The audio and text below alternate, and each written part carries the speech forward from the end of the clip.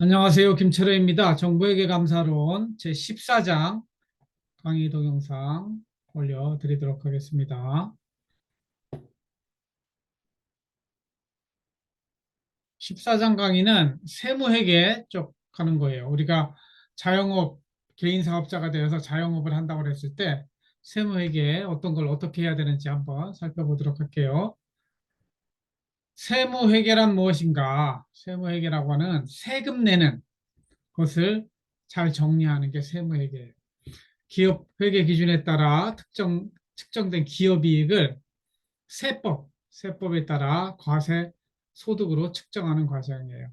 광의로는 세법상 규정된 모든 세목에 대한 세금을 계산하는 것이고, 협의로는 법률상 과세 소득을 산출하는 회계만 법률상으로, 이게 모든 세목이 아니고 법률상 과세 소득만. 그래서 여기 전문 용어가 세무조정이라는 표현이 나오는데, 기업이익을 세법의 관점에서 새롭게 한번 기업이익을 조정하는 과정이 세무조정이에요. 이거는 이제 세무사나 공인회계사 사무실에서 대행하기 때문에 우리가 직접 여기까지 할 필요는 없고, 다만 이해를 하시면 좋겠다 하는 거예요. 법인인 경우에는 법인세, 부가가치세 신고를 해야 됩니다. 그리고 개인 사업자인 경우에는, 자영업자인 경우에는 종합소득세와 부가가치세를 해야 돼요. 여기에다가 준주세라고 부르는 4대 보험이 있어요. 건강보험, 국민연금, 고용보험, 산재보험. 이것도 어떻게 하는지 한번 살펴볼게요. 그럼 개인 사업자가 되었다고 그랬을 때 세금 업무를 어떻게 수행해야 되는가? 첫 번째, 5월 달 되면 종합소득세 신고를 해야 되는데, 종합소득세라고 하는 거는 개인이 벌어들이는 모든, 종합소득이니까요. 모든 소득에 대해서 소득세를 부과하는 제도예요. 여기에 포함되는 소득은 우리나라 소득에는 8종류가 있어요. 근로소득, 이자소득, 배당소득, 부동산 임대소득, 사업소득, 기타소득, 기타 등등이 있어요.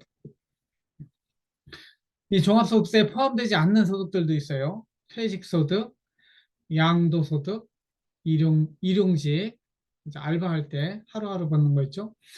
일용근로소득, 일부 이자소득, 배당소득 이런 것들은 별도로 세금을 내도록 하는 분리과세이기 때문에 이 종합소득세에 들어가지 않는다. 그래서 1년 동안 다 벌어들인 돈이 여기서 포함되는 근로소득, 이자소득, 배당 다 합쳐서 1,200만 원 이하면 6% 세율, 4,600만 원까지는 15% 세율. 여러분들이 공무원 시험 합격하거나 처음 직장 갈 때는 15% 여기가 거의 적용됩니다. 8,800만 원까지는 24%.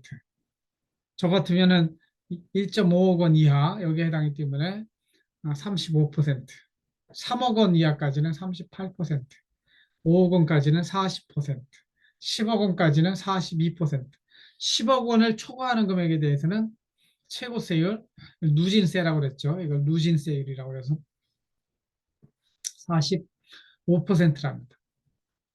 그 다음에 부가가치세에 대해서 알아볼까요? 거래 단계별로 재화나 용역의 부가가치, 우리는 마진이라고 그러죠. 마진에 대하여 부과하는 조세가 부가가치세. 이거는 단일세율이에요. 아까 소득세율은 45%, 6%부터 45%까지 누진세율이었잖아요. 이거는 최종 가격의 10%를 내는 간접세로 담세자는 구입자, 소비자고 납세자는 공급자다.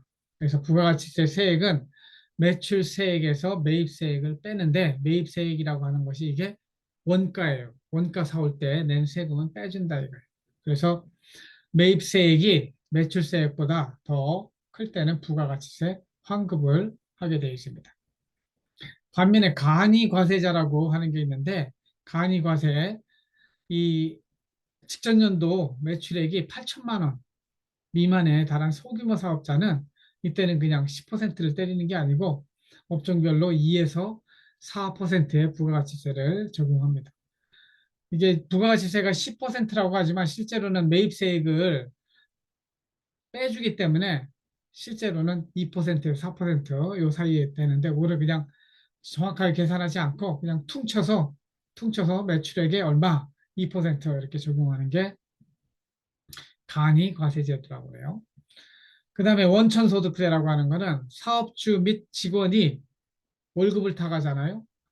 인건비를 타갈 때 근로소득이라고 하는데 그 근로소득세는 주기 전에 미리 끊어야 돼요. 아까 종합소득세처럼 이렇게 신고하는 것이 아니고 직원이 1명 이상 있는 경우에 사업주와 근로자의 근로소득에 대한 소득세는 원천 징수하게 되어 있습니다. 세율은 종합소득세, 근로소득세와 동일하게 하고 직원의 근로소득세는 행정업무만 처리하면 됩니다. 직원이 없는 경우에는 나에 대한 이 종합소득세만 신고하면 되는 게 되겠습니다. 그 다음에 4대 보험에 대해서 알아볼까요? 여러분들이 이제 알바로 들어가는데 이제 뭐 하루하루 하는 거는 4대 보험이 안 들어가지만 몇 개월 이상 고용한다 그러면은 그때부터는 4대 보험이 들어가고 여러분 취업률 계산할 때도 4대 보험에 들어있어야 취업률로 계산이 됩니다. 아시다시피 건강보험이라고 하는 거는 우리나라 건강보험 법에 따라서 의무적으로 가입하게 되어 있어요.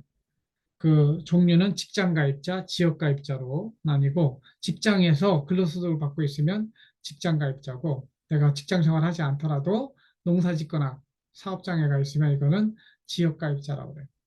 물론 밑바닥 3% 부담 능력이 없는 월급이 없는 극빈자들이 있어요. 여기에는 의료급여제도라는 게 건강보험 대신에 대신 들어갑니다. 그리고 여러분들처럼 경제력이 없는 자녀, 노부모의 경우에는 가족 단위로 여러분 엄마나 아빠 밑으로 보험이 들어갈 수 있도록 되어 있습니다. 그리고 부담 능력에 따라서 보험료 수준이 달라집니다. 그래서 이걸 표준 보수 월액이라고 하는데 이거에 따라서 연봉이 센 사람은 더 많은 보험료. 여기도 뭐 비례세지만 그렇게 되어 있습니다. 그리고 균등한 보장, 보험료 부담 수준과 관계없이 균등한 보험급여를 받도록 되어 있다. 이런 것이죠. 그래서 국민건강보험인 경우에는 근로자인 경우에 7.09%, 가입자가 3.5, 사용자가 3.5 이렇게 되게 되죠.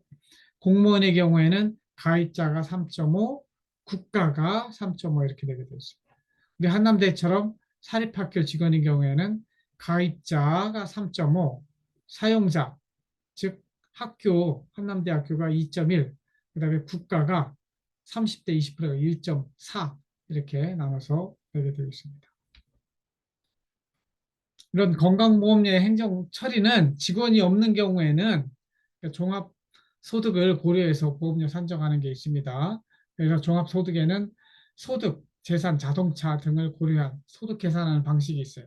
거기에 위에 나온 것처럼 7.9%를 내면 되게 돼 있어요. 직원 있는 경우에는 이렇게 보수월액의 7.09%인데 어떻게 해요? 사장과 직원이 반반 3.5씩 나눠서 내면 되겠습니다. 그래서 직원의 급여가 나갈 때 사용자분, 근로자분 이렇게 구분해서 자동이체 그 통장이 있는데 그 통장 저기 국민건강보험 통장에 넣어주면 되겠습니다. 그 다음에 국민연금이라는 게 있어요. 국민연금은 고령으로 인해 근로소득이 없어졌을 경우에 그때 노후 대비를 위해서 지금 현재 월급 받을 때 쌓아놓는 돈이죠. 나중에 이제 여러분 같으면 65세 이상이 되면 노령연금, 유족연금, 장애연금 등으로 받을 수 있게 됩니다. 그런데 이 국민연금하고 다른 이 공무원들은 공무원연금, 군인은 군인연금, 사립학교 교직원들은 사학연금, 이거는 특수직업연금이라고 별도로 운영이 되고 있습니다. 이것도 4대 보험에 국가가 운영하기 때문에 강제적으로 가입하게 되어 있습니다. 그래서 근로소득이 있는 사람은 무조건 강제 가입이고 근데 개인 사업자라 하더라도 이거는 선택적으로 본인이 가입하고 싶으면 가입. 그리고 주부가 직장이 없어도 임의가입자로 가입할 수 있도록 되어 있습니다. 이거는 저소득자에게 더 많은 혜택을 준다고는 하는데 실제로는 얼마나 더 오래 사느냐에 따라서 연금을 얼마나 더 받느냐 이것이 달라집니다. 직원이 없는 경우에는 어떻게 해요? 개인 사업자이기 때문에 또 지역가입자로 돼서 기준소득월액의 9%를 내도록 되어 있습니다. 직원이 있는 경우에는 사장권은 모두 사장이 9% 부담하고 직원의 경우에는 직원의 월급에서 4.5% 그리고 사장이 4.5% 이것도 마찬가지로 국민연금 보험 통장에 자동 이체하면 됩니다. 그래서 요거 엑셀에 넣고 월급만 때려 넣으면 자동식이 다 나오는 프로그램이 있어요. 그렇게 처리하시면 됩니다.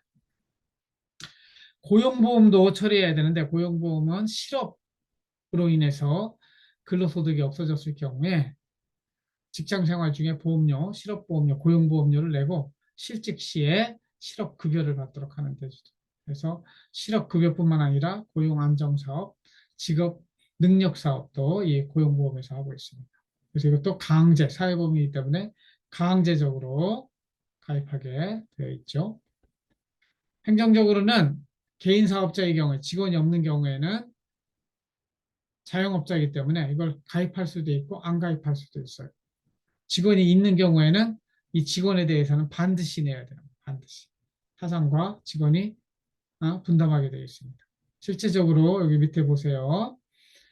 사업자분에 대해서는 그 실업급여가 1.05에서 1.65% 사업장에 따라서 조금 다르게 부담하고 있습니다.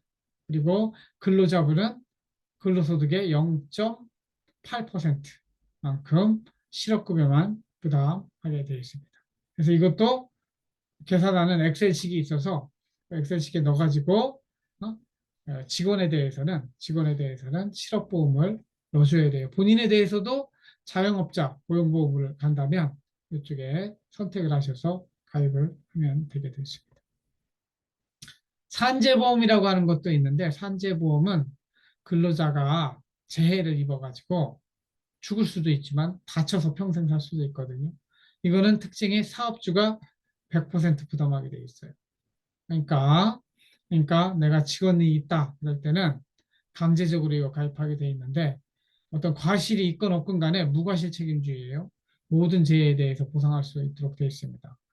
그래서 건강보험도 있는데 왜 산재보험? 이거는 건강보험은 하고 다르게 이거는 전 국민이 들어가는 것이고 이거는 직장 생활하는 사람에 대해서 사장이 별도로 가입하게 되어 있는 것입니다. 그러니까 공무원은 산재보험이 없어요. 공무원은 그냥 공무원 연금하고 뭐만 있어요? 건강보험 두 가지. 그래서 공무원 연금에 이 산재보험도 포함되어 있다. 이렇게 생각하시면 돼요. 그것도 행정 처리는 직원 급여 시에 산재보험료를 함께 납부해야 되는데 사업장이 사고가 많이 나는 데는 보험료율이 높고 사고가 덜 나는 데는 보험료율이 낮게 되어 있습니다.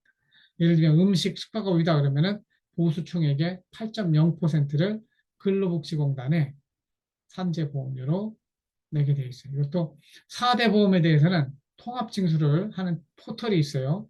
이 건강보험 중심으로 되어 있는데 그쪽에 선택해서 엑셀로 계산된 금액만큼 넣어주면 된다 하는 것이 되겠습니다. 그래서 근로자가 여러 유형으로 나뉠 수 있는데 상용직 근로자 그러니까 뭐예요?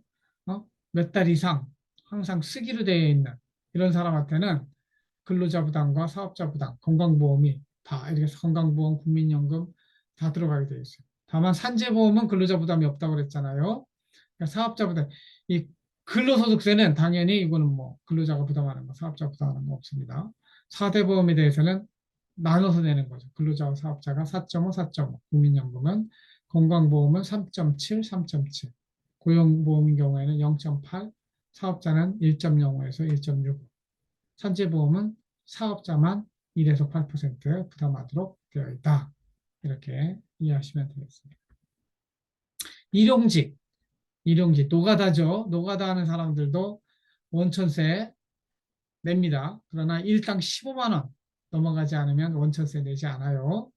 사업자 부담 당연히 없고 4대 보험 중에서도 근로자가 일용직인 경우에는 어? 월 근로일수 8일 이상 또는 1개월 근로시간 60시간 이상인 경우에만 상용 근로자와 동일하게 해주고 나머지는 안 가입하는 것이죠. 건강보험. 그리고 요율은 요 고용보험과 산재보험은 이거는 일일만 근무해도 이 두 개는 고용보험에 관련된 것이기 때문에 하루만 근무해도 고용보험과 산재보험은 적용되고 국민연금과 건강보험은 그월 근로일수 8일 이상 또는 1개월 근로시간 60시간 이상인 경우에만 60시간 이상인 경우에만 이 상용 근로자와 같이 반반 나눠서 내는 것이 된다. 그래서 보세요. 일당 15만 원 이하 알바하는 거는 비과세로 세금을 징수하지 않는 것으로 되어 있습니다. 프리랜서의 경우에는 어떻게 하냐? 프리랜서는 사실상 사업자예요. 사업자인데 이 원천세 3.3% 계산해서 내고 이 기본적으로 사업자는 4대 보험이 강제 가입이 아니에요. 강제 가입이 아니고 각 항목마다 자기가 선택해서 가입하고 싶으면 가입을 하고 가입하지 않고 싶으면 안 해도 되는 것이 4대 보험이다. 이렇게 이해하시면 될 것 같습니다. 그래서 오늘은 세무회계하고 4대 보험 처리하는 방법을 간략하게 살펴보았는데 나머지 궁금한 거 있으면 수업 시간에 또 질의응답으로 받도록 하겠습니다. 들어주셔서 감사하고 제 14장에 대한 강의 동영상을 마치도록 하겠습니다. 고맙습니다.